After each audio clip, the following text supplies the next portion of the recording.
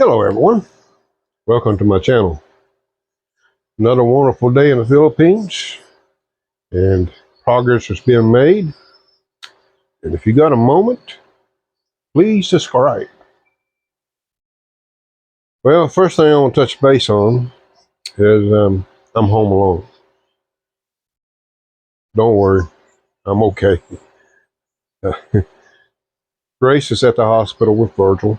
He'll probably be there for a couple of days. Uh, he got, I'm pretty positive, food poisoned. And I'm sure last Sunday, Grace, on the way home last Sunday, she stopped at one of the vendors and bought some what they call sticky rice. And I've always told Grace, I said, now, these vendors will not throw their leftovers away. They'll bring it out the next day. And rice is one of the things that bacteria grows fast. You can research it online. It's just a matter of hours. Rice can be very toxic.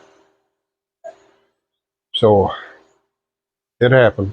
Uh, I'm sure he got a hold of one in the bunch that was left over. Yeah. So that's the way it is. In the meantime, it couldn't happen at a worse time. We got this house project started, and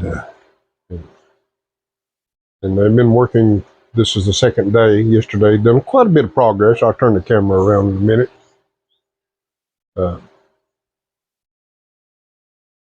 We've got our supplies in, the Hardy Flex and so forth. I had to order some screen because I'm going to do a 12-inch vent full perimeter of the house.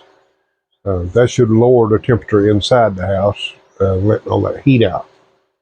I've got good ventilation in the top. It's the sides I've got those random vents and it's not enough. So this time I'm going to just do the whole perimeter. And that should lower the upstairs temperature considerably. And I had to order another storage tank valve to automatically turn my pump on and off. On the process of transferring wires, I put the wrong two wires through the wall and dead shorted it, killed it. More expenses. It's not too bad. I can buy one for about $10, but still, I have to manually operate it right now until I get the new one here. And I'll give you an idea of what's going on. As you can see, it's going to be much better. And the biggest thing I'm concerned about is going to basically won't be 100% fireproof, but it's sure going to make a difference. The exterior of my house is highly flammable, and what concerns me is that these sugarcane fields, they got a tendency to burn them. I'm afraid a live spark get on it. So this will ease my mind on that. And I'll do my best to keep you folks updated on my progress as it goes. And you can just, if you want to follow me along, you can.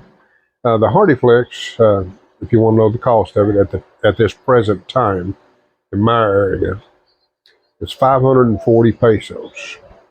That's a little over $10 per piece. That's a 4x8 sheet. That's for the 4.5 millimeter, not the 3.5, the 4.5. And that's the cost on that. Paint, roughly $16 a gallon, 800 and some pesos. Speaking of that, we're going to buy a color that my wife really wanted, but it had to be mixed. They wanted double the cost, $32 a gallon for mixed paint. I don't know if it's changed in the States, but I used to buy mixed paint and there was no extra charge. But here, they double the price.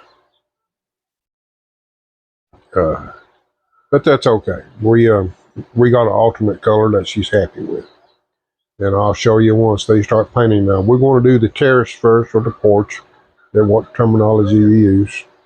So we can get this out of the way, and access in and out of the home be fluent again. And that way they can finish the exterior until they start on the inside. That's when it's going to be really rough. Uh, so that's today's update. And I appreciate my new subscribers, by the way. Sorry, I've just been busy and stressed out over Virgil, because of this additional funds. We do have Phil Health, by the way, but it's not going to pay it all. But the additional funds has really put a hurt on us, because, with this project on top of it, slowing everything down. And I would have done this video earlier this morning. I'm sorry I'm rattling along. But we had a huge electrical storm. And the electricity went off, and naturally, in order to protect my solar, I shut everything down until the storm passed. I didn't want to take a gamble, because the last time, then about 3 years ago, I lost an inverter because it come across, didn't even hit nowhere close to my house. It hit the electrical lines several miles away, and it just fried my inverter. So I've got it set now to where I can disconnect it from the grid, disconnect it from the solar panels, and so forth. I got all that fixed, and I put extra grounding. Hopefully that helps. But it's been running roughly about 3 years now, nonstop, 24/7. And right now it's very important because the carpenters need it for their tools. So it's working out pretty good. Folks, I appreciate your time. I really do. Just stand by and watch things happen. I'll do the best I can. Yeah. Do me a favor, subscribe. Till next time.